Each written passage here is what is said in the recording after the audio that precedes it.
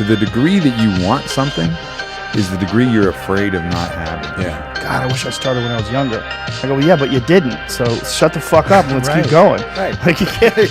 Nobody changes until they change their energy. And when you change your energy, you change your life. Because it's not till then that it's really real. Yeah. It's like, oh, this is way worse than I thought. It's like, oh yeah, it's way, way worse than you thought. Yeah. But luckily, there's more to you than you think.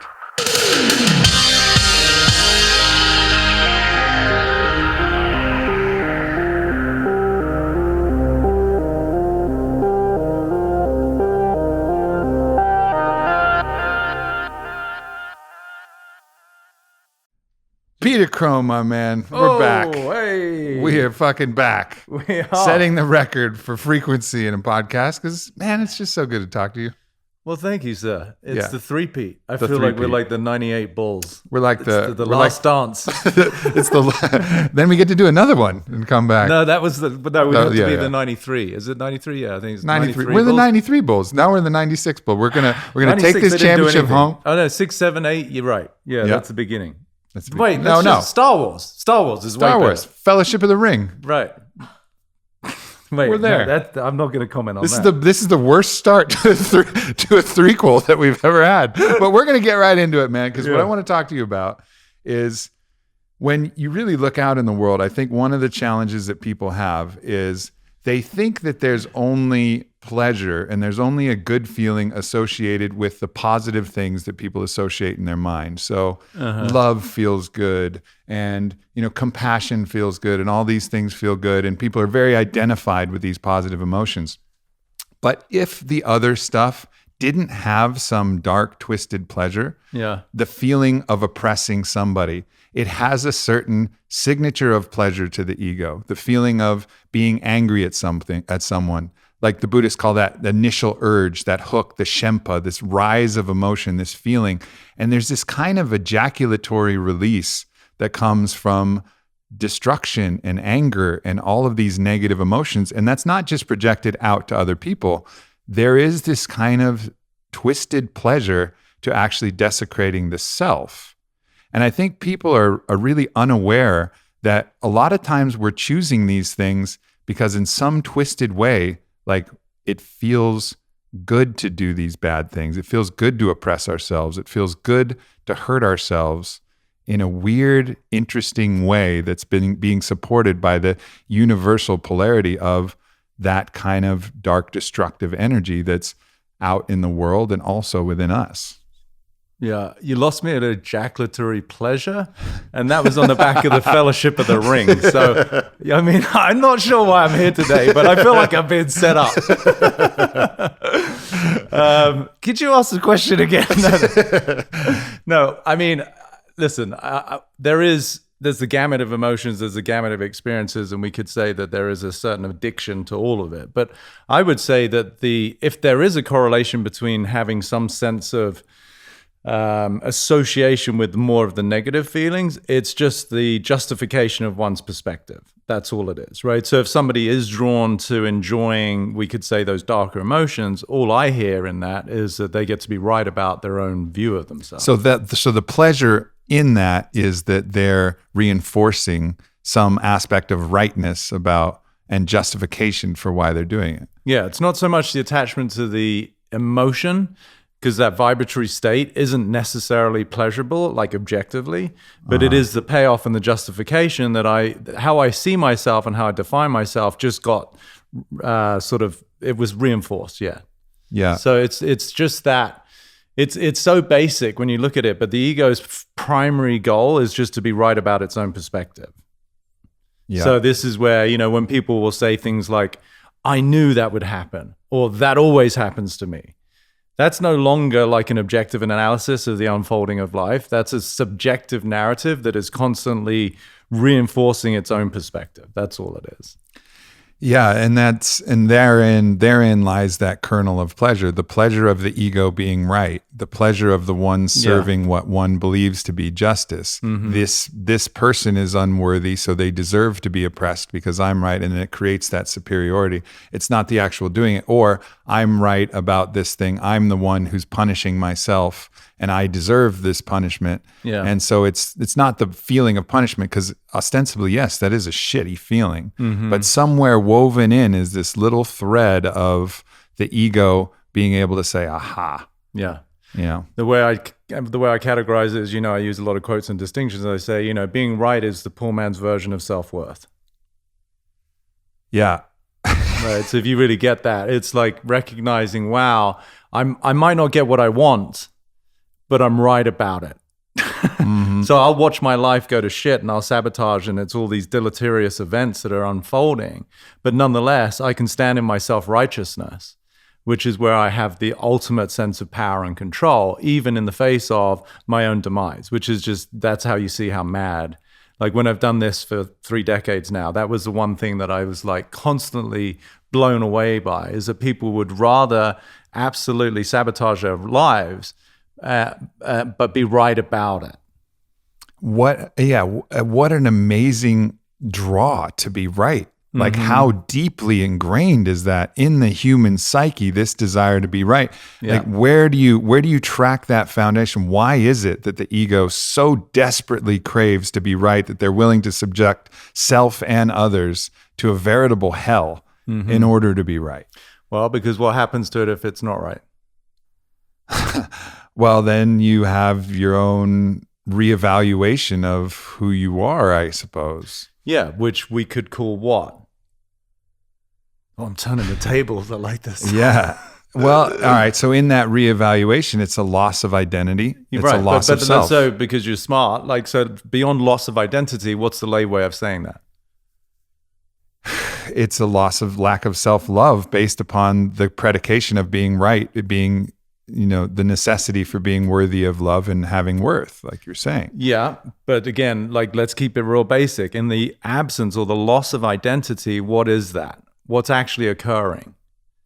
The loss of something, what's another word for that? And it's a topic of conversation right now around the world. Begins with D and ends in Eth. Yeah, and in a way that's if you look at that, like the ego is a fixed structure, it doesn't just change, it must die, and then the new one must be born. It's the phoenix. So it's not, I guess it's then looking at, this isn't just a modification. You're not just saying, oh, myself has shifted slightly.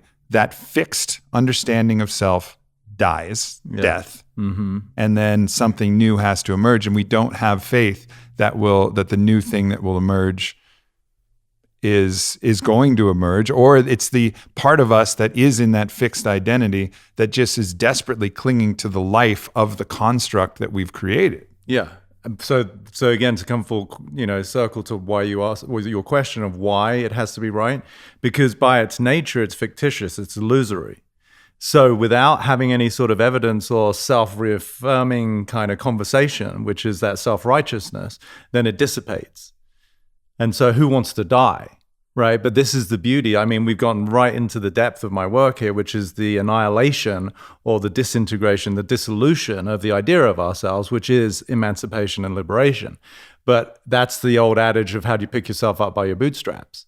Like the I that's looking for enlightenment is the very obstacle to enlightenment. Right? Yeah. So the I that is wanting to be right about its own identity is by design based in inadequacy, insecurity, scarcity. That's its structure, but it's always right about it. So then it's always perpetuating its own existence because it has to, because it's illusory. Yeah. It's the ultimate smoke and mirror. But people don't understand that what they want in their life is to be found on the other side of the constraints of their own idea of themselves. Yeah, that's a really good way to understand this, actually, because, recently, myself and my lovely wife, we had a trivial disagreement that we both decided through our own unconscious processes we were going to drag out into a day-long affair in which we took some space and, we're both pretending that we didn't want to be right because that was our identity of ourself. Well, I'm not the one that wants to be right. I don't care about that. But nonetheless, we were still trying to be right in our own ways. And we drug this out. And at the end of it, we were laughing and saying, what is it? Do we have just a hell fetish? Do we have a fetish to put ourselves in this hell? Yeah. But really, it perhaps wasn't a hell fetish. We weren't attracted to, these feelings of separation, these negative feelings. What we were fighting for was the construct of ourself, which we believed was right, which we did not want to sacrifice to the altar of the truth and let it die so that the new one could emerge. Yeah, which is why most relationships don't work. Because people aren't in a relationship with the other person, they're in a relationship with their own idea of themselves, and it's a self-preserving mechanism. So as long as you behave in the way that I like you to behave, then we get along fine. If you don't, then this relationship is on the rocks. Which is really, if you really get it, is it actually not a relationship with anyone else but your own fictitious idea of yourself, which is why most people can be married or in a relationship, yet they still feel lonely. Yeah. Because you're not actually related to other people or life itself, because you're looking through a lens that is all about adaptation to survival. And so in that trivial, I thought it was very polite, you just call it trivial, but whatever the disagreement was, there's really what's happening, if we call it what it is, it's just two children who are sulking. Yeah, absolutely, man. That's all that's happening. Absolutely. Right? Yeah. You're both hurt, and it's okay. You need a timeout. You didn't get the toy. You wanted this ice cream, and daddy said no, and and that's what happened. Right? Let's just call it what it is, And so you've got two adults who love each other, but they're being driven by these inner children who just got butthurt. Yeah. We're back to the Fellowship of the Ring. How did the Fellowship of the Ring become a euphemism for sodomy? I don't know how that. You took it a little too far there. So that's all that's ever transpiring in a relationship that's not working or is dysfunctional, is the part of me that is on the precipice of being hurt at any given moment if you don't behave in accordance with the world according to me. That's the trigger. But that is also the access to liberation. Because if you can look at, okay, do I want to be right or do I want to love my wife? And at that time, you want it to be right, which is fine, but it's a very powerless place to be. And self-defeating, radically self-defeating. Yeah, that's the self-sabotage I was talking about earlier. It's like, well, that's super inspiring. You were right about whatever inadequacy Hooray. you have. And we just totally thrust ourselves into hell. Yeah. And then ultimately realized how foolish we both were the whole time, but it just took a long time. So, but this is very much at the forefront of people's resistance to change at all. Change for the better. It's not just acknowledging when we're wrong causing the death, but it could be even growth on the positive sense still requires a death of the self that exists, the construct that exists in the ego self. Yeah. If that's going to change for the positive, you still have to be willing to die. And if you're identified with the I that's at this fixed plane, even if you're going to an elevated plane and an evolution upwards, even still, that part has to die, and that part is going to be resistant to death, just like every single organism on the planet pushes against death. Yeah. And because the primordial intention of any organism is to survive. So that's why there's so much resistance. But that resistance is the precursor to dis-ease, right? The holding, you can feel it, right? The holding. In that moment, you were not talking to the person you love perhaps arguably the most, or that's your declaration. And yet you are in this isolation chamber where you are resisting what is actually trying to be born here, which is forgiveness and apology, your humanity. It's okay. It's not like you're supposed to be walking around with white light coming through your genitals as this person who's in constant peace, Right. But can you make space for the part of you that gets hurt? Can you make space for the part of you that's scared? It's okay. So that primordial urge to be right, to survive, is ironically, that is the death of possibility. And so really my work speaks to the constant dying of one's idea of oneself such that you can actually be born anew. Yeah. It's no different to the snake that sheds its skin. It's no different to our physiology. I mean, we've been sitting here for 15 minutes. We both have different bodies. But we don't look at it like that. right? Because cells are dying, thank God, and then new ones are being born. But if we can take that same physical understanding, the principle of expansion and evolution itself, and apply it to the idea of myself, now that's a powerful trajectory to be on. Yeah, it requires a shift of identification. There's a quote from Heraclitus: "No man steps in the same river, for he's not the same man, and it's not the same river." Exactly. Yeah. So if we understand that we're this being that's in flux, rather than the fixed identity which the ego wants to cling to, like that's the shift in identity. And then at that point, there's even that other escalation of that shift to being the unborn, undying essence of consciousness that's embodied in a form that's constantly changing. If we identify with that, these deaths and rebirths are actually fluid and smooth, and all the corners that were jagged and sharp become rounded and smooth, and it becomes an actual flow. Yeah. Did you notice what just happened? I felt better. No, well, I just died in front of you. I just wasn't sure if you were aware of it. But I'm back. It's okay. Yeah, yeah. And that's I'll probably keep doing it a few times. Yeah, but even in the expression of it, it feels like like that's it. Yeah, that's relief. It's like in Hindu scriptures, they describe death as like taking off a tight shoe. Right? Like, so every woman can speak to that, at the end of a big night where she's wearing her heels, like the relief of that constraint. It's like, And so that really is just this ongoing opportunity. If you're willing to reconcile and mitigate all of these beliefs of who you are, to step into a different iteration of yourself that is more expanded. That to me is a life worth living. Yeah. It seems as, many people on the journey, as they get older, the longer they've stayed in a fixed identity, the more it's like the more energy has accumulated towards and around the fixed self. Like the fixed self has attracted more volume, more gravity, more mass, more construct. It's actually more alive, in a fixed state. And so they're even more resistant to change, more, worried about a psychedelic journey that might, cause a death, or even a reevaluation of ideas, or, reevaluating their political opinions, or any other anything they really push against, because they have so much gravity and energy associated with the fixed self of the ego. There's so much invested, right? Yeah. There's so much evidence. And that's hard to give up. I mean, I see this when I work with my athletes who are in transition from being a pro performing athlete who's under the lights to somebody who's retiring and quote unquote a relative no name. Nothing's actually happened in the physics of a human being performing over here and then maybe being more of a stay-at-home dad, but in the psychology of how he or she views themselves as no longer of the same worth or the same value. That's devastating to the ego that desperately is holding on to an image of like past success. And this is what we see also, I think, with menopause, and, tends to be around that age where a lot of the kids leave the nest and the mother has lost her sense of worth.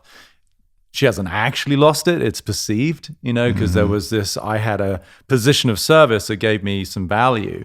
And now it's like, well, what do I do with myself? And there can be this depression because there isn't this sense of contribution to something which we're all designed to want to have. So this topic, I didn't know this is where we're going to go today, but it's just, I love it. Like I love death. I mean, it's one of my favorite topics to speak to because it is inextricably connected to aliveness. And yet right now, everybody's desperately trying to avoid it. And as you were saying earlier, those who hold on the most furiously to their identity become the most rigid in life, both physiologically, emotionally, and psychologically. We see this as people grow old, they become sort of very stuck in their ways, like physically, and then they become very stubborn in their opinions. All that is just the callousing of a narrative that was, first of all, unconsciously created as a reaction to any sort of external fears and threats, that then was a mechanism to try and preserve oneself. And they're still in the bunker of their own narrative, wondering why they don't feel vitality and joy and love and intimacy with people. So it's like those old Etch-a-Sketches with the little knobs that create a little thing. It feels like the more time we spend on the little knobs creating our little creation, before there comes a shake, which shakes it and allows us to recreate ourselves. The more attached we are to our little, geometric design we created, making little right and left turns and building this thing. Yeah. What is your mechanism besides just downloading the advice? Like, do you have a mechanism for helping people just fucking shake the Etch-a-Sketch? That's what I do. I get them to stand up and Wiggle. shake the shit out of them. You just see all these pixels fall down. I'm like, how are you feeling? They're like, oh my God, I don't know who I am, but I feel so free. I mean, there is a mechanism, and to what degree it's just intuited now. I mean, I just listened to somebody's story. We've done it a couple of times with you, on air, which has been beautiful, where I just listened to someone's story. So I can hear what someone's telling me, and I know it's not who they are because I know who they are. Right. So I'm listening for the pretense. I'm listening for the illusory idea of myself and the story of woe that belongs to their vision of who they are. So if I can just very gently, with some sort of white gloves on, carefully take them back to the idea of themselves that has them believe that they have a problem, the symptom of woe, and then just investigate the validity of that idea, then they're like, oh, wait a minute. No, I'm not not good enough, or no, I'm not not loved. But I've got the evidence for when my dad said this or my mum did this or whatever. So once we uncover that subconscious dialogue, see it for what it is, which is it's a falsehood, then whatever they thought was their problem, which only exists by virtue of that narrative, that just dissolves. So instead of trying to solve anxiety, I don't deal with anxiety, I don't deal with depression, I don't deal with addiction, I don't deal with financial or relationship problems. These are all symptomatic. These are all access points for me to be able to go, oh, hang on a minute, if you have X problem, then what that reveals for me in the way that I listen is that you must have a deeper conversation about how you view yourself, and that's where you're confined. People go through life as prisoners of their mind. The only prison anyone lives in is their own perspective, their own point of view. And if you can crack that, there is no greater gift. There's no greater sense of liberation and freedom than to be able to help somebody see the prison they live within, that they superimpose onto circumstance, but really as a reflection of the conversation they've had inside of them, usually for decades. And to break that apart, that's recoding that really is the ultimate emancipation of suffering. Absolutely.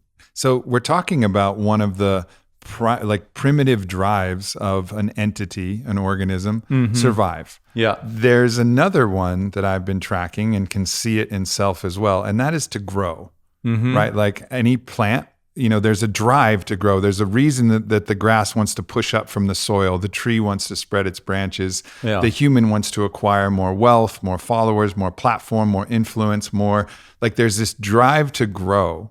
And with the human psyche, when we're starting to measure that and chart that, and we also like the acceleration of growth. I think that's something else we're attracted to. But there's going to be periods of entropy, periods where things are not going to be growing. Things are going to be actually shrinking. And that can be difficult for the organism to handle, the human to handle. And I've noticed that myself. Like everything feels good when it's on a nice bottom left of the graph to top right of the graph chart. But when my business sales were growing year after year, and then we had a dip one year, and I was like, oh fuck, we're not growing anymore. Or that'll happen on a podcast or any other thing, any other metric by which I'm measuring by. Yeah. And I think it certainly happens to the perception of beauty or attractiveness. It's like I'm getting hotter and hotter and hotter. Oh no, I think I peaked, and here goes my hair. Yeah. And now here goes, here comes, like my six pack isn't there and I can't lift as much. So how do you help people deal with grace, with that, with these kind of lulls, and even maybe even speak to that attraction to growth, and then the grace to deal with things when they're not glowing or we're perhaps on the decline? Yeah, I mean, I think words is, words are very important. Obviously, it's the medium I traffic in. So even when you're talking about growth, I would speak more to expansion. So growth, in Ayurveda, there's 6 stages to disease, which is part of my work, right? The Ayurvedic healing methods. And so growth, the first stage of disease is accumulation. So we could say a tumor grows, because you're sort of implying that growth is good, but it depends in what context. So growth to me, I hear as a manifest expression of something, right? Whether it's your bank account, oh, that's good, or it's a tumor, that's not so good. But the energy of growth is still present in both. So beyond anything that's happening in the external manifest world, I would look at what's occurring internally in terms of my ability to expand. So that's the growth of consciousness. That's the growth of awareness. That's the growth of love. That's the growth of presence. Yeah. So it's a different form of growth that is not based on anything that by design is physical in nature.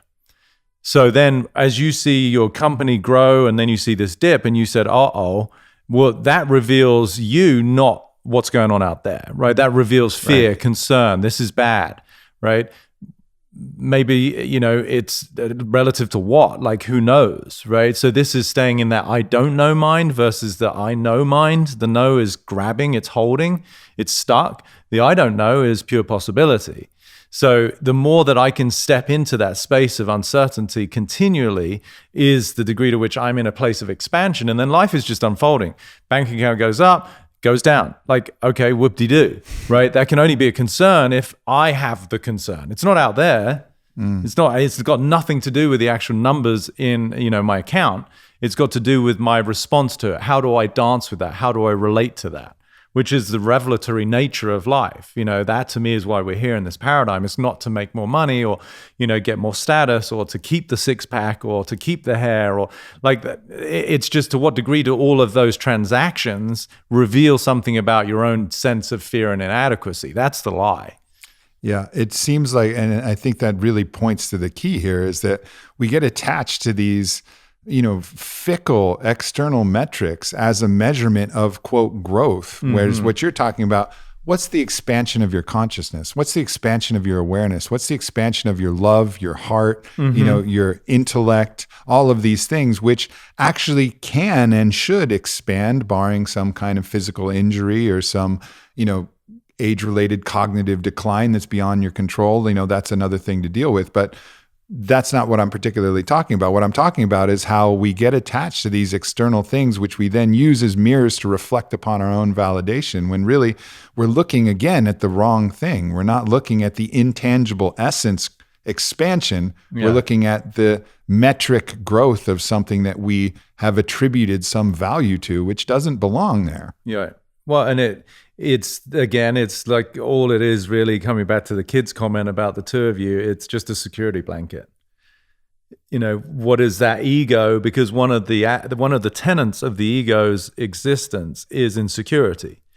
So if who I am and the way that I relate to myself is feeling that essence of insecurity, then by design, a behavioral adaptation, something that I pursue, has got to be some security. And we find security in all sorts of ways, right? Predominantly through finance, through some relativity to a person. Like if we have a partner, if we have a company, we find some sense of security. But it's transitory, it's illusory, and ultimately it will dissipate. So real security, true security, is when I can sit in the absence of needing security. That's the real secure essence of who I am, in the absence of anything that would pertain to human security, because that is always going to be, at best transitory. So that is real expansion, is when I become associated with my true nature. It's no longer dependent on anything that is outside of me.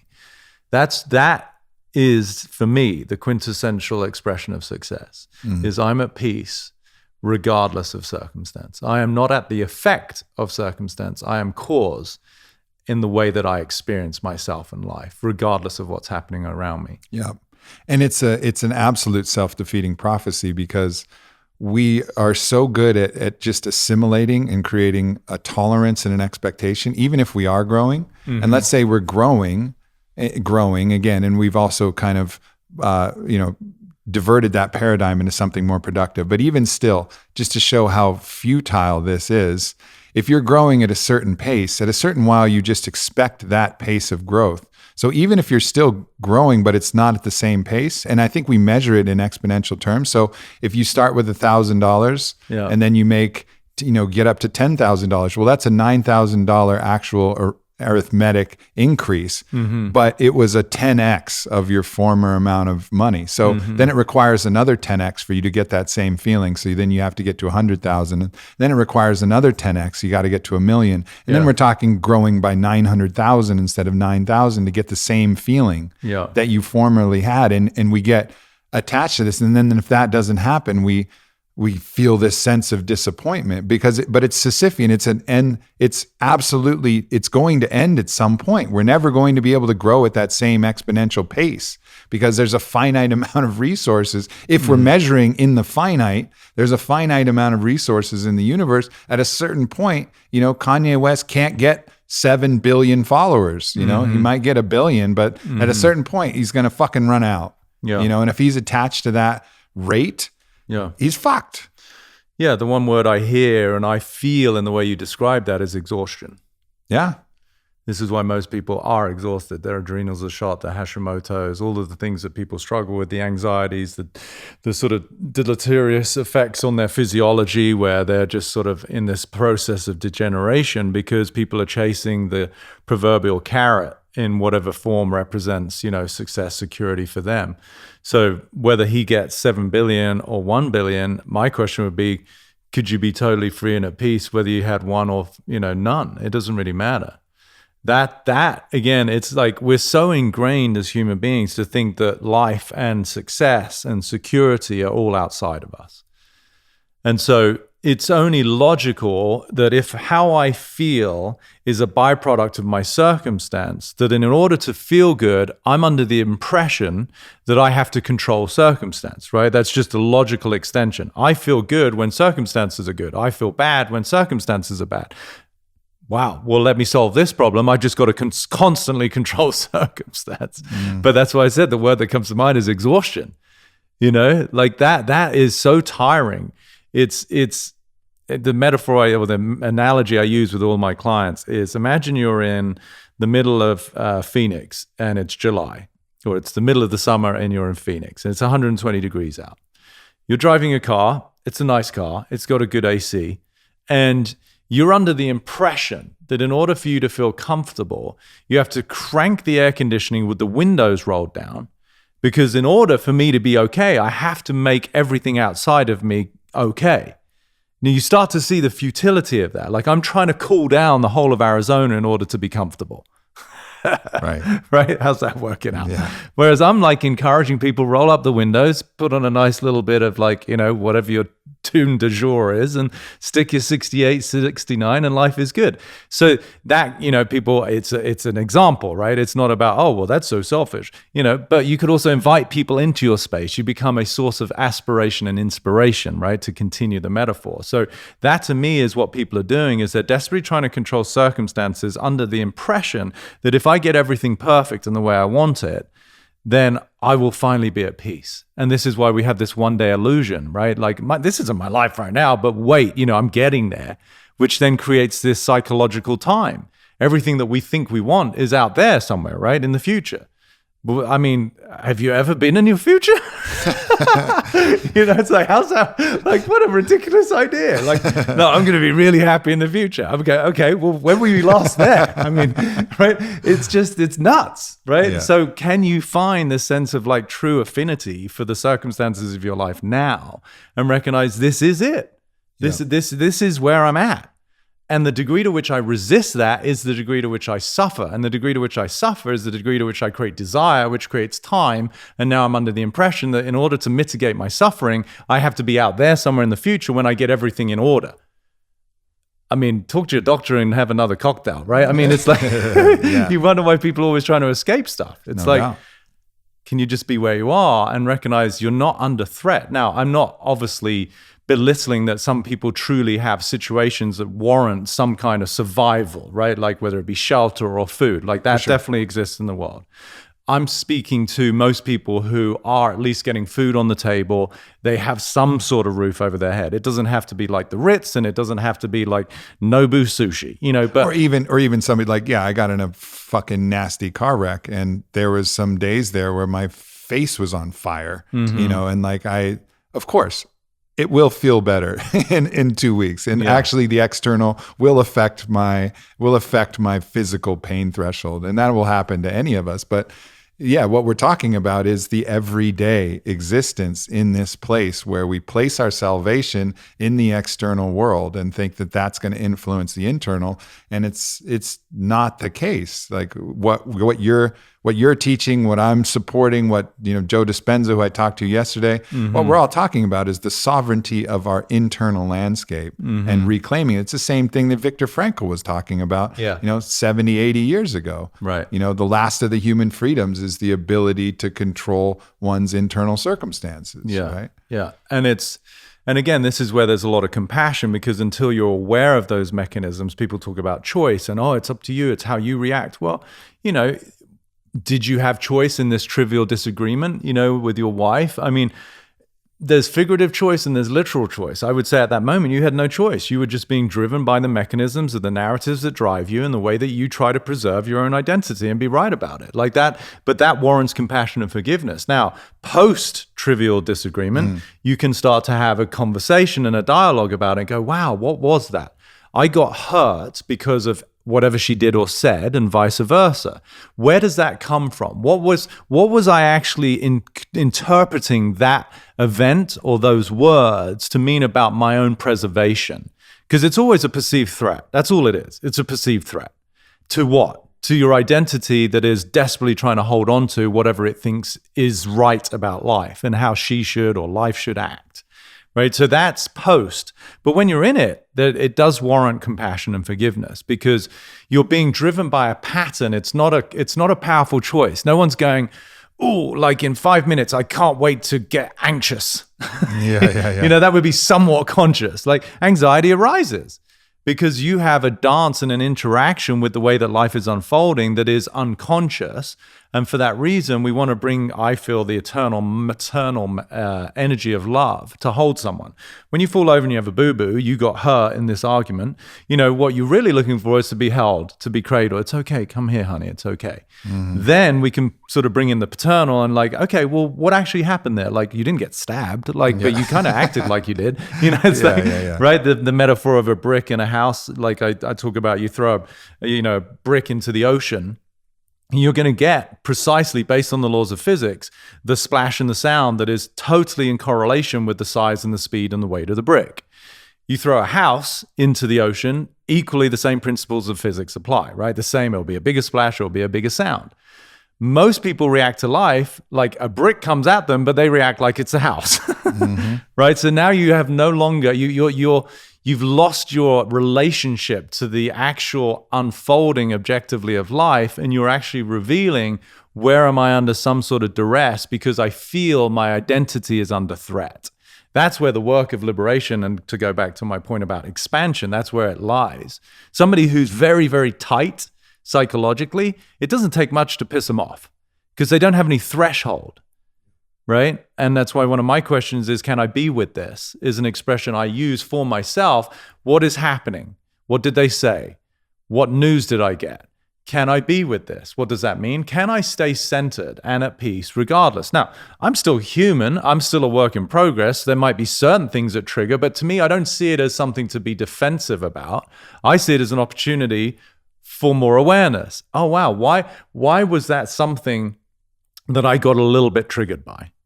That's the opportunity. And it's a different reframe. Instead of trying to control that, make them wrong, tell them to go fuck themselves, or whatever it is that we do when we feel threatened, it's like, okay, why in the infinite power of my true essence do I feel so scared in this situation? Because that's not me. That's a lie. Thinking that I'm not okay with what happened, or I'm not going to be okay, meaning it's a threat to my existence, that's a lie. So there's the opportunity is, okay, thank you, life, for revealing somewhere within me that I'm still holding on to something that is self-preserving in nature, which does not serve me. Yeah. Right?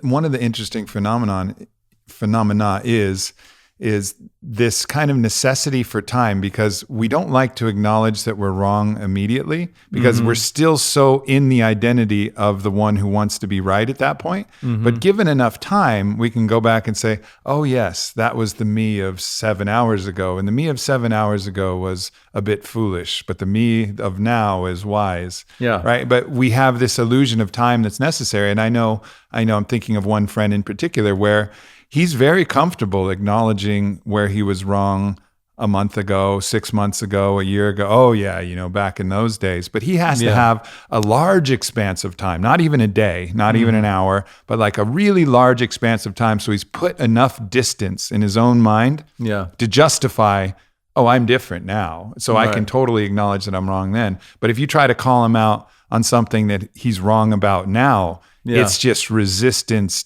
to the, he'll fucking bring all the swords out and fight to the death to preserve his rightness in the moment. Yeah. And then you come to him 6 months later and be like, oh yeah, that was me then though. I wasn't as conscious as I am now. Right. And it's this trick we play, and it's a trick with time. And I think the elegance of actually being able to admit moment by moment and realize every single moment is an opportunity to be different. We don't need to wait a perceived amount of time to put distance to allow our own mental construct of the amount of time it takes to be a new person. It could happen like this. Awareness can happen 5 seconds after you said some stupid shit to your partner or to somebody and be like, oh, wow, that was dumb. Yeah. And you can be a totally different person right then. There is no time associated with these constructs that we make up in our mind, because they're not linked to the physical body. Yeah, the physical body may take 40 days or however long it takes for cells to turn over, or 7 years. I don't know. I've heard a bunch of different things. But ultimately, like, our psyche can change in a snap if we're willing, and just understand that, oh yeah, okay, that was me of 5 seconds ago, and I am now the me now. Yeah. And I forgive that me of 5 seconds ago, and please, I ask your forgiveness for the me of 5 seconds ago. I'm really sorry. Right. And we can do that quick. We can, if we get the right sort of exit sketch shaking that, and this is why sometimes it takes a guy to have a heart attack, even though for 5-10 years he's been told by his doctors and his family that, he should stay off the saturated fats and the junk food. But it took something significant for him to go, you know what, I've got to revisit my diet, my lifestyle. The high cholesterol results wasn't sufficient. So that's where it can happen in an instant. But it just depends to what degree there's that readiness for maturation. Your friend, by the sounds of it, like a quote I use, I say there are none so self-righteous as the newly converted. Right. Now, if you really get that, and that's very slippery, because what I hear without knowing him, and it's no judgment, is that once he recognizes it through the lens of how he wants to process it, he's just gotten right about the fact that he knew what was going on. So it's still it's the perpetuation of his self-righteousness. And that's automated. It's unconscious. So there's no judgment. But it nonetheless leaves him unavailable to life. It doesn't allow him to have true affinity with people, because he's too busy trying to be right. And then if we were to look back at his childhood, it would have been, my guess, there would have been periods where he felt like berated or that he was a bad boy. And so he's learned to avoid the hurt of feeling that he had any indiscretion in the eyes of his parents, who are the ultimate care providers, for whom he sought love. The way to actually garner acceptance was to always be robust and right. But that actually is now the obstacle to having the intimacy that he so desperately craves, which is the madness of relationships. We present our ambassador with all of these facets that are glorious, and ways of trying to get love.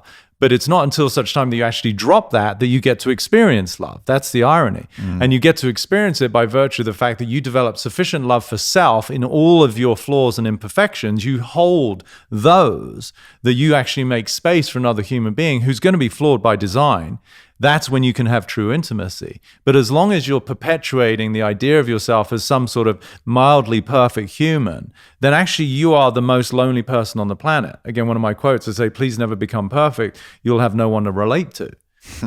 Right? So it's really, to what degree can we actually embody love that is itself the space within which imperfections are welcome? Yeah. One of the other traps that I think we can fall in a moment-to-moment basis is the trap of expectations. We can have an expectation of an event which will rob us of the actual appreciation of anything that happens. And when we have expectations, when we turn that inward, it can lead to a really deleterious cycle where we continually fail to meet our expectations, and then we lose self-confidence and we lose the ambition to dare because we're always being disappointed based upon this idea. And it seems to me that we are expectation creating machines. At all times, we're creating an expectation of what our partners should do, or what we should do, or how we should be, what this food should taste like, what the weather should be like, what, oh, I'm getting married, it's supposed to be sunny, like we have expectations about all of these things that are just setting us up for a kind of perpetual state of disappointment. And then, because even if the expectations are fully met, it's not even like we celebrate to the extent that we're disappointed. It's like, oh, we expected it in general. Right. Do you coach people on how to manage the faculty of our minds to be constantly creating expectations? For sure. I mean, but my process is dissolution, not solution, right? So like expectation is an extension of the part of us that is under the impression that there's something that we want outside of now. Right, it goes back to what I was saying earlier. We're generating psychological time under the illusion that where we are is not where we're meant to be or where we want to be. The idea of becoming is, it's exhausting because it's like I'm getting there, which now creates time, which is the essence of expectation, desire, or wanting, is going to create suffering because it's not so much that there's anything wrong with wanting, it's fine. But if it's coming from the essence of there's something missing, then you're in the energy of lack. So that's the suffering already. Then if you don't get what you're expecting, which you thought was going to offset your feeling of lack, right, now you've got a double whammy because I'm already in the energy of lack. It doesn't matter what I am trying to garner or get in life. If I don't understand that beyond the narrative of inadequacy, beyond the dialogue of scarcity, lies the abundance of everything, then I'm always associated with those feelings of limitation, for which reason I am going to generate expectation. So for me, it's not about trying to deal with expectation. I'm dissolving the idea that there's anything missing in the first place. Now it becomes a process of creation versus reaction. It becomes a process of exploration versus searching. I'm not missing anything. You think of a kid who's playing like cowboys and Indians with his friends.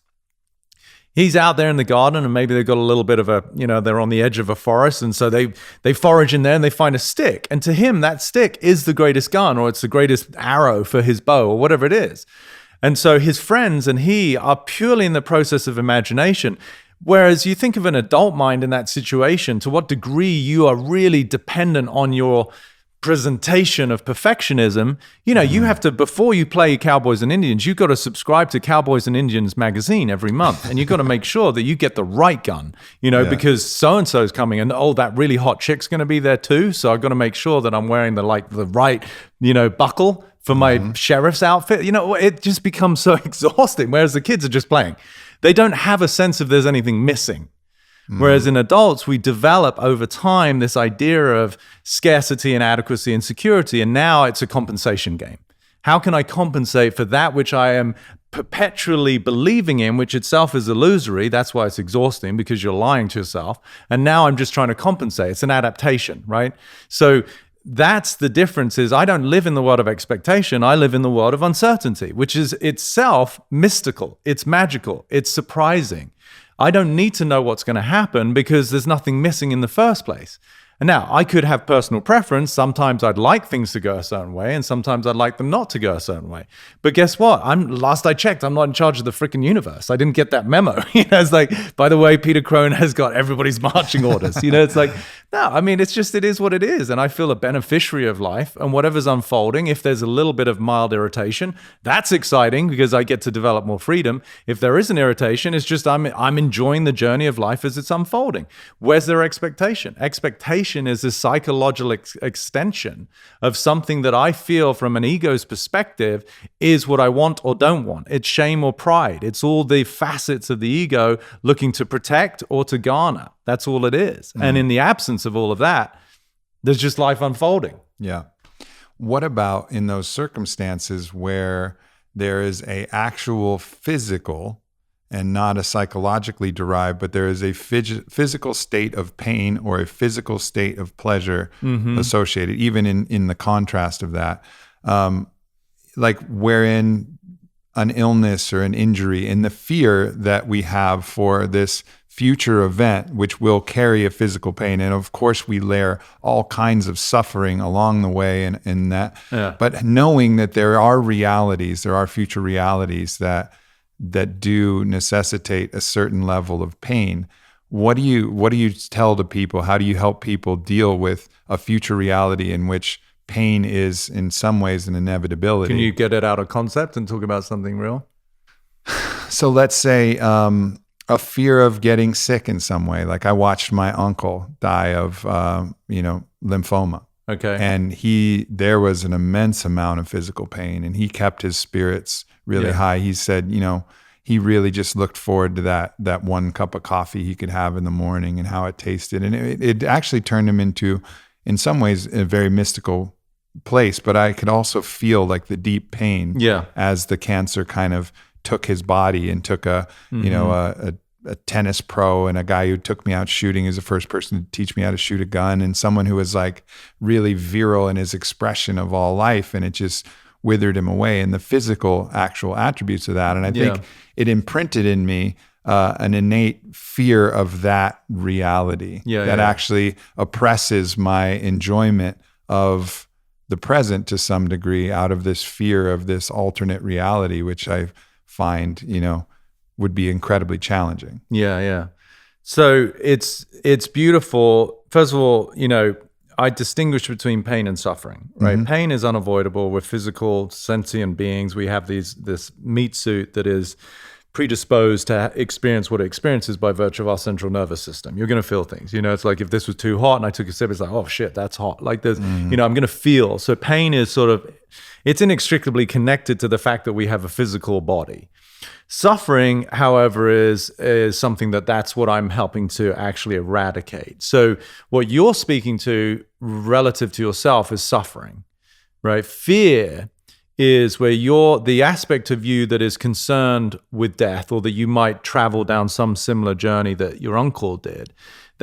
You're actually being hurt by your own perception, your own dialogue, right? Just as the kid can see a stick, and to him, that's the best gun on the planet.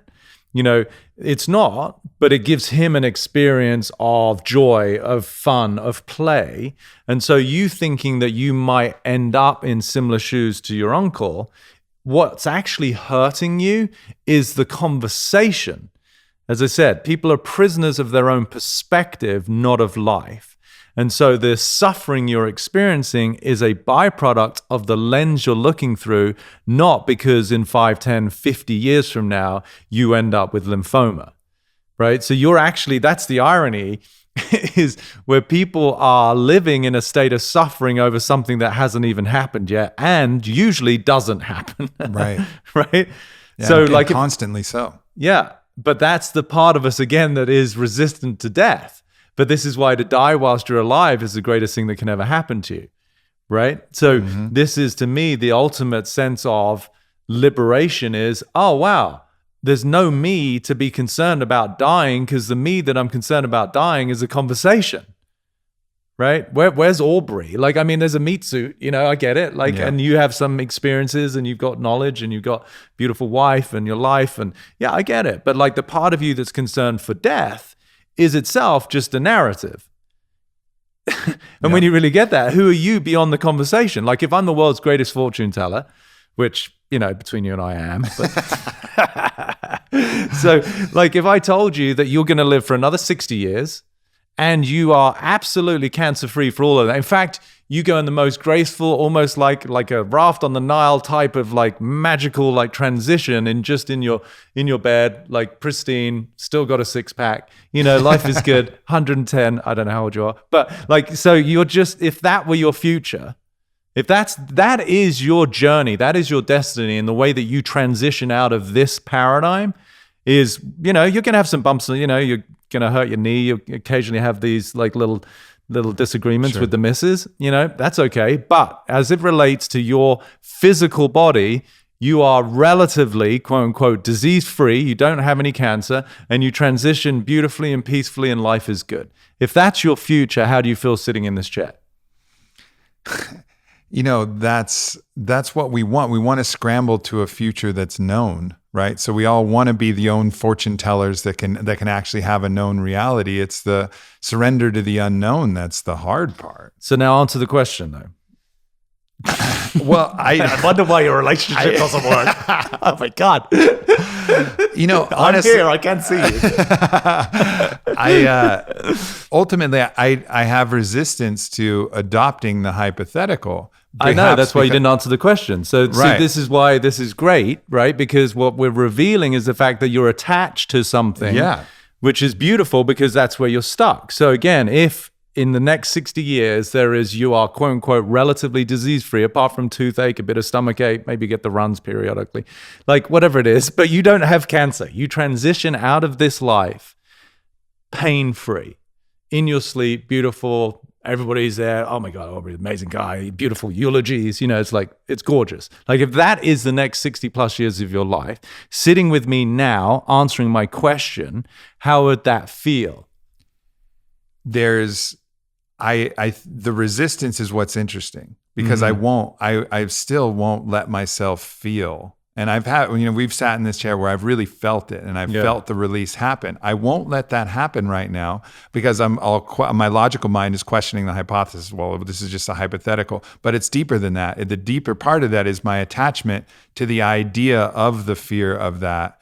And like, I won't let myself release into this belief, into this faith that everything is going to go all right, probably because I'm scared of the disappointment gap if it doesn't happen like that. Like if I'm always constantly suffering a little bit in the anticipation of the possibility, then if it happens, well, I kind of expect it and maybe that makes me a little bit right, or maybe that just prevents the slap of the disappointment of me expecting something that was positive and then having it not come to fruition. So I'm like, no.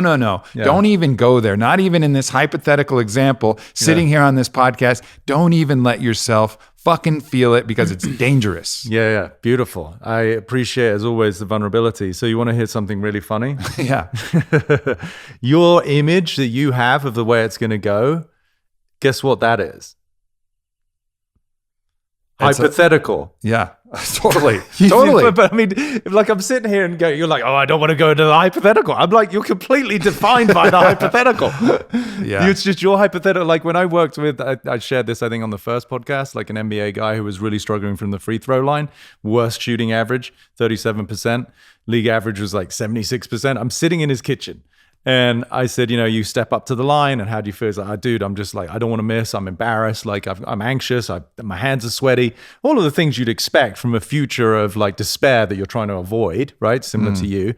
And he's like, so now I hear the crowd and like my teammates and like blah, blah, blah, right? You get the whole world of his concern. And I said to him, he was way better at this game than you are. But I said, what if I told you for the rest of the season, you shoot just league average? We don't even have to get fancy. Just league average. I mean, his face lit up. He's like, dude, that'd be fucking awesome. I was like, well, what I just presented to you is as real as the future you're concerned about. I'm still sitting in your kitchen. It's like, right. And from that moment forth, he got it. And that night he shot 68%. He went on and blah, blah, blah, and was part of the US Olympic team. And right. So he recognized that it's his own mechanism of imagination and superimposition that is creating his resistance now. So that's why I'm laughing with you because I love you. But you're saying, oh no, I don't want, I'm too logical. I don't want to go into the hypothetical. I'm like, dude, you're just completely living in the hypothetical. It reminds me of, William James was asked whether he believed in free will. He's a great philosopher for those who don't know him. And he said, I don't know if there's free will or not, but my life is better when I believe there is. Right. My life is better when I believe there is. My life is unequivocally better.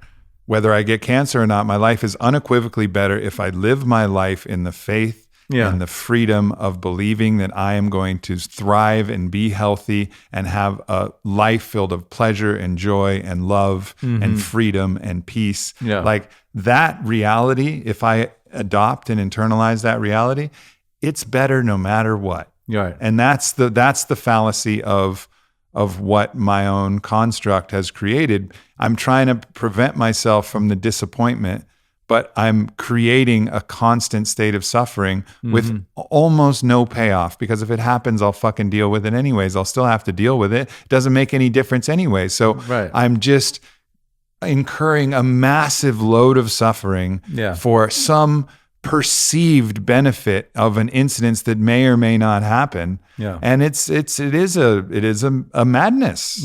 But it's, again, this is where the forgiveness and the compassion comes in, because that's very human, because the primordial intention, as I said, is to survive. But the part of you that's trying to survive is the part of you that's already living in the hypothetical that this is what's going to happen. What I'm introducing to you, even if you can't go to where I said, which is a created future, where you're like, oh, I'm going to live, I'm going to thrive, I'm going to be abundant, I'm going to be vital. I get that's a leap relative to what you've been accustomed to. How long ago did your uncle die? 10 years or so. Okay, great. So you got a decade of like living into this fear. It's got a lot of gravity to it. So even if you can't meet me in this world of like just an extraordinary future with this beautiful transition and amazing family and all of the things that you want to have unfold in your life, can you at least meet me in the truth today, which is, do you know categorically, and you can only answer yes or no, do you know if you're going to die of cancer? I think I'm not. You're just a terrible listener, dude. No, I don't know. Right. Perfect. Right. So now, can you sit with, you don't know what's going to happen? Absolutely. Okay. So if you went from, okay, it's not going to look good, at least I get to be right about the disappointment, but now meet me here today with, I don't know, what does that at least give you as a crack in terms of how you could feel? It's a stepping stone towards the place where I want to go. I want to go to the place where I have that radical faith. I don't want to go halfway. I want to go all the way. And I think the intermediate step that you're offering is that place of, I don't know. And then the next step, which is going to bring the greatest benefit into my life and the greatest release, that feeling where everything just, there's that deep sigh of, that's the place of, it's really a choice. It's a choice for faith. It's a choice to believe that this reality and everything we know about the way that our beliefs signal our bodies and signal our genes, that actual belief is actually going to more likely manifest that reality anyways. So it's doing myself 100%. From a physiological standpoint, the best thing. It's doing myself from the mental standpoint, the best thing. So this is just one of those little things. It's like a stick that got stuck in the bicycle wheel of my brain, and it's now time for me to pull that bitch out. And what I really hear in this, and it's beautiful that you're seeing it, like what I hear more than anything is that it's less about your concern for the fear of death. You're a strong dude. You know, we're close now. We've hung out. You know, it's like, I get who you are. You're a big spirit. What I really still am present to is the little boy who loves and misses his uncle. That's what I really hear, right? Like, that's where you're stuck in time. It's less about your future, and it's the fact that you lost in your mind somebody who meant so much to you. And that's where the hurt actually is. Right? He meant so much to you. And in a way, he was almost immortal in your eyes. And so there's a bit of an aberration in the way that you see this big man. It's like, how could that happen? And as a little boy, how could you ever be as big as him? And so if it can happen to him, then for sure, somebody who's as mortal as you can never match his grandiose presence for you, right? But see, that's what's beautiful for me, is less concern about your future and more just really embodying the love. And we've had this conversation in different forms, right? How much you cared about that game and when you were pulled out as a 17-year-old. And like, you know, what's really beautiful is how big your heart is. But don't shackle it. Like, feel it. Feel it. Express how much that man, tell stories about him. You know, I love that he was the guy that first told you how to use a gun. Like, that's beautiful. That's got value. You know, don't use his death as an excuse to worry about your own. Use his death as the opportunity to see how loving you are. How much you care. And that, to me, is the precursor to then living a life that has got way more significance than a little guy who's scared of dying of cancer. That's so beneath you. Right. I get it, you're human. But if he can be a role model for you in the way that he is a catalyst to inspire the release of how much love you have, don't be stingy with that love. If you have one more day on this planet, or you have 60 as I proposed, don't hold back love just because you're scared. Yeah, that's not the poet's way. That's not the warrior poet's way. It's not any of the stories that I ever see that inspire me. That's not how any of them would live. No. They live fully every single moment. Yeah. And it's interesting. I can have that ideal but not even realize where there's some piece that's been holding me back, some way in which I'm resisting that idea because of my love and my loss that I experienced, and it's affected me in ways that I didn't even realize. Because when you said it, I mean, I would have never predicted that if you said that, if you told me when we were down in the kitchen just bullshitting around that this was going to happen and I would have this emotional reaction, I'd be like, no way, I'm over that, I've grieved him. And apparently not. No. But it's beautiful, and I feel grateful that we seem to have this. It happens every time, every damn time. Occupational hazard of sitting with Peter Crone. You're gonna let go of a bunch of shit. So that to me is the beauty of like recognizing that when we get hurt, we become protective, and when we're protective, we become fearful.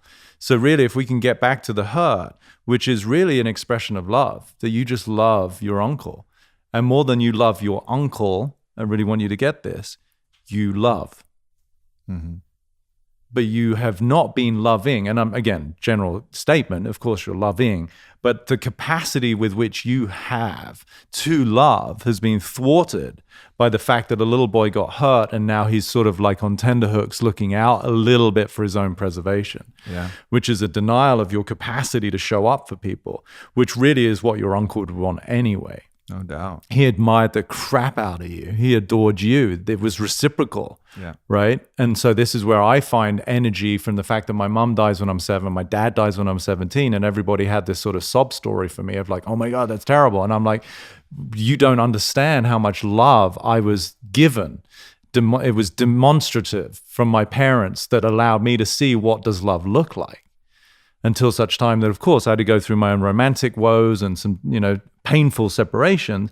But each time it just revealed the expansiveness of my capacity to love. And then in any way that I suppress that, I suffer. In any way that I limit my capacity to love, I'm in pain. And if you really get that, because you and I are like brothers that way, like you have such a big heart, but there is this little bit of like self-guarded, self-protective nature because you got heart, which is fine, you're human. But let's break that. Let's just love. Whether you're on this planet, as I said, for another week or another 60 days, I want you to experience the depth of your capacity to love and express joy that is the embodiment of just being loving. Yeah. Okay, hey, that's it, man. That's it. Yeah, that's different, right? That's it. Yeah, that's it. Where's the edge for you, man? Where's the edge? Where's like, you've solved so many problems and you're continually, creating ways in which you can break down these false constructs that hold people back. Is it more challenging to do it with self, or do you do that with the same kind of clarity and kind of impartiality that you can do for others? And where's the edge, and where do you stumble when it turns inward? It's definitely not, I would say it's not as clear. I mean, it's obviously much easier to look at other people. When I get caught in my own narratives, like I've gotten to a point now where I've learned to listen, and this is why, I'm being hard on you because I just hold you to a high standard. But like if you could listen a little bit more acutely to what's actually happening. Listening is it's an essence. It's not necessarily the words I'm saying. It's like listening is a form of relationship, right? Like being with life. So I would say that's one of my superpowers is listening. So that also then translates into my own conversation. So I become a good listener of the thoughts, which can still be, at times sort of a little bit derogatory or fear-based if something's happening that I don't like. But then I listen, and then what does that conversation call for, right? So if I'm feeling a little scared, what's that called for? It's asking for reassurance. And then I bring that, if there's a bit of uncertainty, what's it looking for? It's looking for some sort of security, and I'll bring that. So I'm a work in progress. I'm not walking on water just yet. It's like there's a ways to go. So, and honestly, I feel so grateful because it's like people like yourself and clients that I work with and groups that I speak to, where I didn't know what we were going to talk about today. I really didn't know that we were going to talk about your uncle and that there's going to be this beautiful emotional release. So I'm a beneficiary of the unfolding of life itself, where I get to reinforce my own distinctions, my own revelations, my own insights, just through the courage and the vulnerability and the authenticity of people sharing what they're going through. So that's where I get most of my work done, is really just being a space of love and presence for people and seeing in them the little child in me that also could have that same tendency towards being scared or lonely. It's okay. It's okay. I've just made more space for all of my little idiosyncrasies. Right.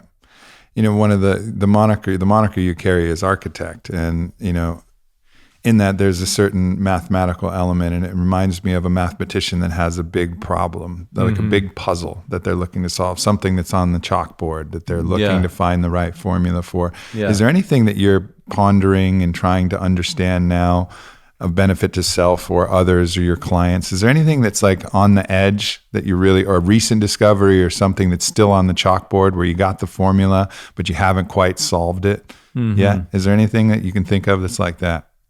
Is COVID actually real?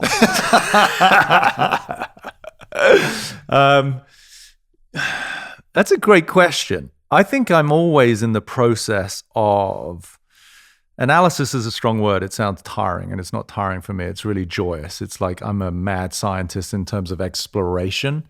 So there's no one specific thing. I just really am fascinated by this dimension, this paradigm that we're all in. And the way I look at it, as I said, it's really revelatory, meaning that we come here because we have our baggage, we have our fears, we have our constraints. And so the formula that I feel is the most powerful that I've ever seen is that life is going to present you with people and circumstances to reveal where you're not free, is my quote that, is now one of the most readily used out there, which is, that's certainly lovely to see people sharing it. But that to me is the formula for awakening. It's like, okay, where can I discover some sense of unrest or dis-ease where I get triggered, I get upset? And rather than trying to control circumstances, mitigate or dismiss or withdraw or the different ways that we survive that, can I dive right into it and go, wow, let's be fascinated by the fact that I've got upset by something, because that is in direct juxtaposition to my ability to truly be powerful and free regardless of circumstance.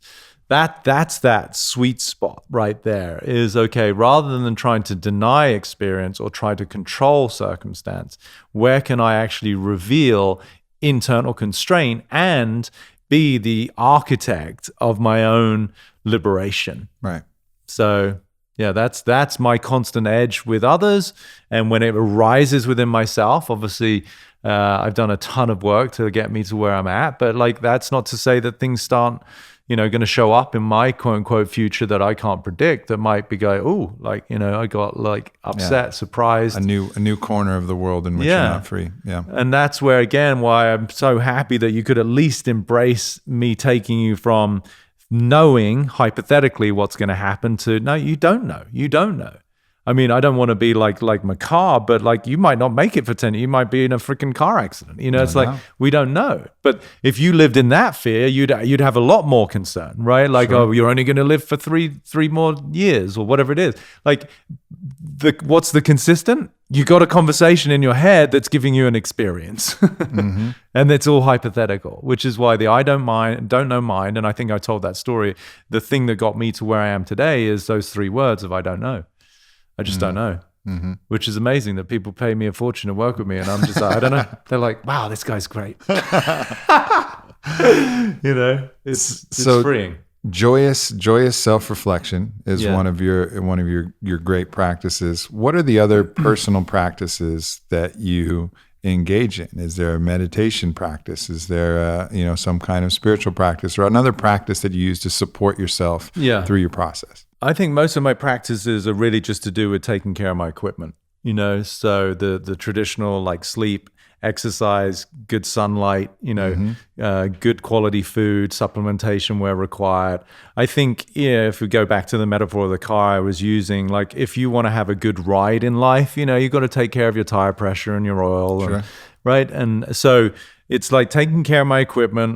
My former career was more in physical transformation as a trainer and a yoga instructor and Pilates instructor. So I've got that fortunately as a foundation upon which I can pull to like just take care of like my gear, and I think anybody can relate to, if I haven't slept very well, I'm not going to have the same degree of articulation. I'm going to have the same degree of precision. So like take care of the basics, make sure that the equipment is all, it's done its annual and it's all good. And then you have a much stronger chance of like having a mental and emotional immunity to life, right? I think there's physical immunity that's obviously topic du jour right now, but I think there's something to be said for psychological immunity. There's something to be said for the fact that I am immune to circumstance in the way that I don't get diseased by what's going on out there. Right. So the two to me are inseparable, mind-body connection. It's not really mind-body connection. It's just different forms of density. And so one informs the other. If I feel inspired mentally or emotionally because I've fallen in love or I got a good opportunity, you're generally going to have a lot more energy in your body and you're going to feel more vital.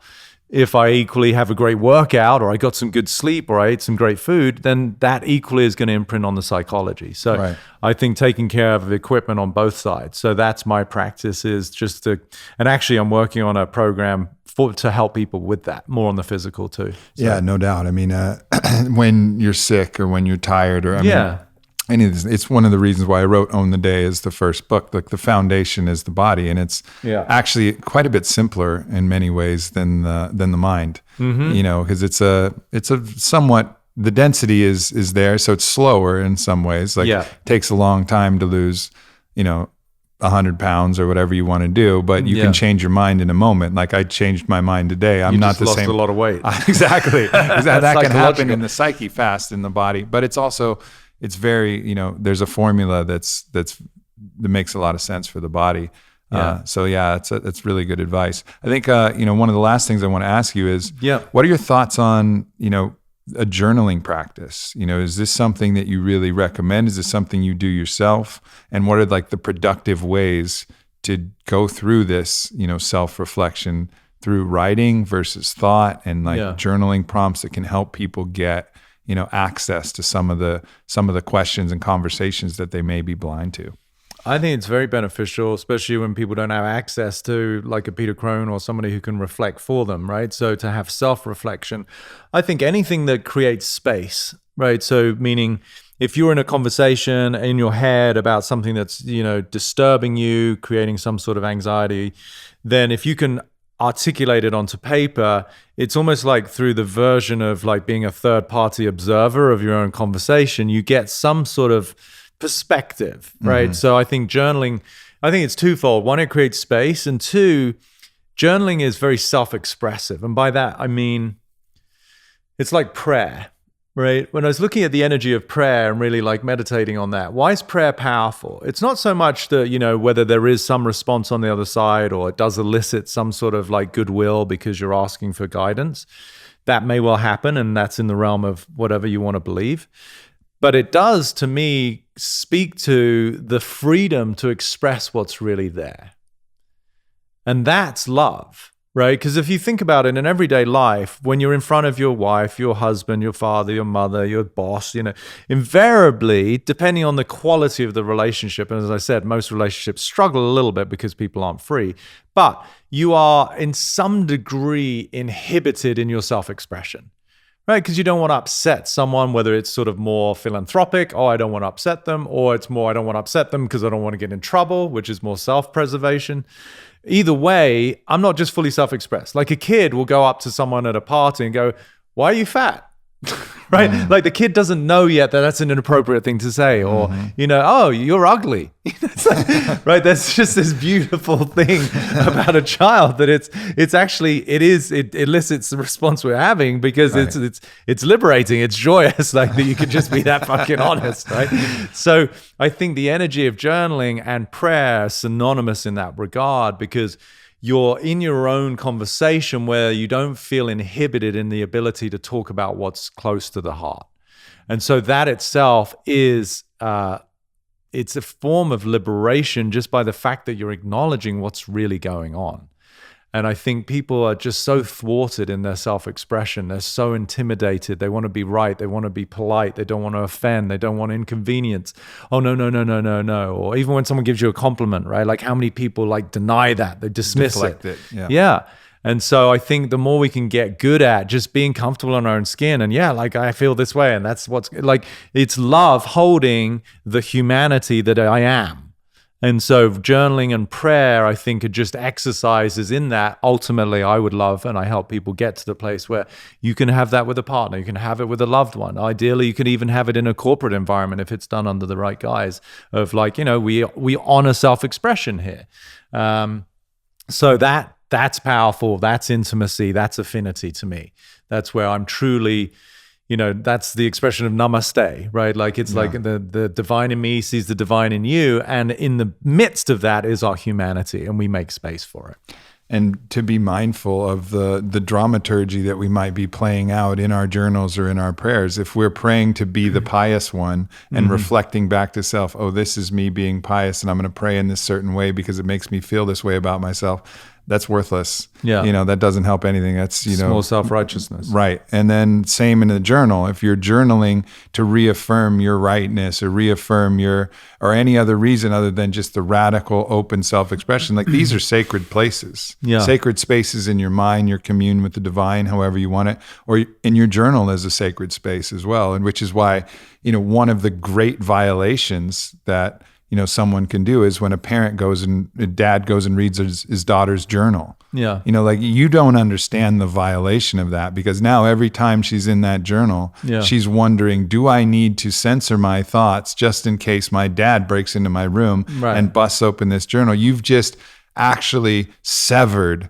the communication between her truest, deepest self. And that's something that for everybody there, whether you're in partnership or whether, no matter how much that draws you towards it because of your curiosity or your desire to control whatever fucking, thing you got going on, like respecting the sanctity of that within self and within others, like it's a sacred place. Yeah. It's again, I just use the word love because it's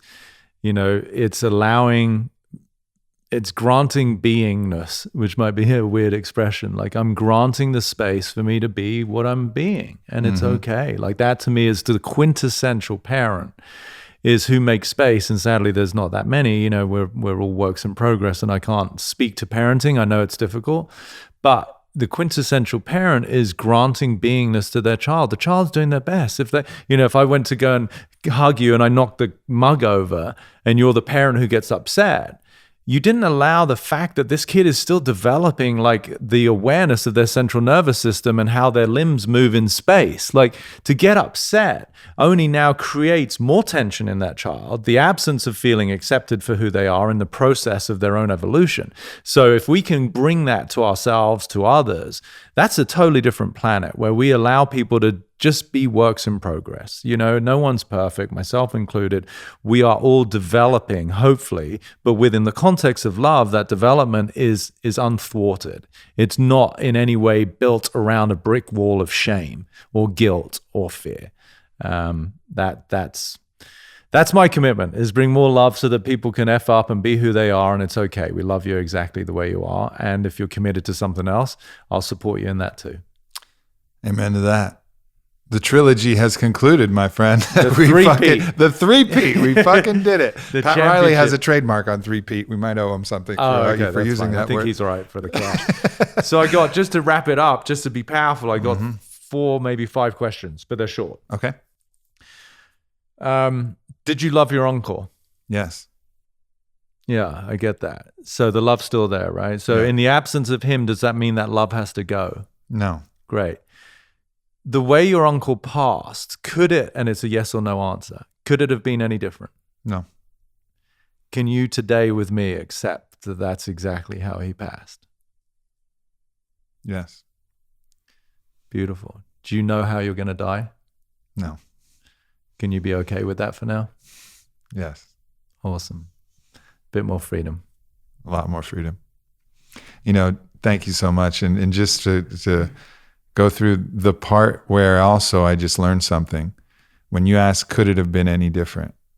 That was the one. There was still some energy in there because I could analyze and talk to my mom and talk to his other siblings and kind of see where there was some repression in him. And uncle, if you would have just been able to express that thing that you were holding, if cancer's been described to me by some great health practitioners as disease of repression, and if you would have just let that out, maybe you wouldn't have. But he couldn't. No, it couldn't have been any different. Right. And that's the things. And it's, that was also beautiful to actually verbalize and say, and just realize no, it couldn't have been any different. You did the fucking best you could, Uncle Craig, and I love you.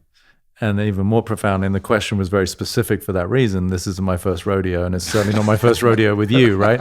Because you had it that your 17-year-old self could have done it differently and told the coach that you didn't want to be pulled out of the game from our first interview, right? Yeah. And then you really saw, no, it couldn't have been different. So there's something beautiful for you to get, which is the surrender to the fact that life is unfolding the way it's unfolding, which is why I have the quote that what happened, happened, and couldn't have happened any other way because it didn't. And if you really get that, there's so much freedom in that. All I get is that that's what happened, and you love the shit out of your uncle. And that's got nothing to do with how things unfolded. That's true. Man, I'm going to need some integration time after this one. Thank you so much, brother. Is there anything you want to point out to people? Anything you got going on? I mean, depending on when this comes out, we might be close to Christmas. So I'm going to relaunch my Free Your Mind course, which I'm very excited about. Great. Which speaks to all of these things. You see this actually happen with 4 people I'd never met before at a much even, I don't know, we went pretty deep today, but it's in the same degree of excavation of limitations that everyone can relate to. So, and then some exciting things for next year. So, sign up, send your email, follow the Instagram, Peter Crone Official, whatever it is that you want to do to do the things. Stay informed about the world of freedom and possibility, baby. Do the damn and things. A shit ton of love. Do the damn things. Yeah. I love you, brother. Thank you so much. Love you too, my friend. Love you guys as well. Peace. Thanks for checking out this video. For more like it, please subscribe to my channel. And of course, the Aubrey Marcus podcast with new episodes every single week. And follow me on Instagram @Aubrey Marcus. Thank you so much.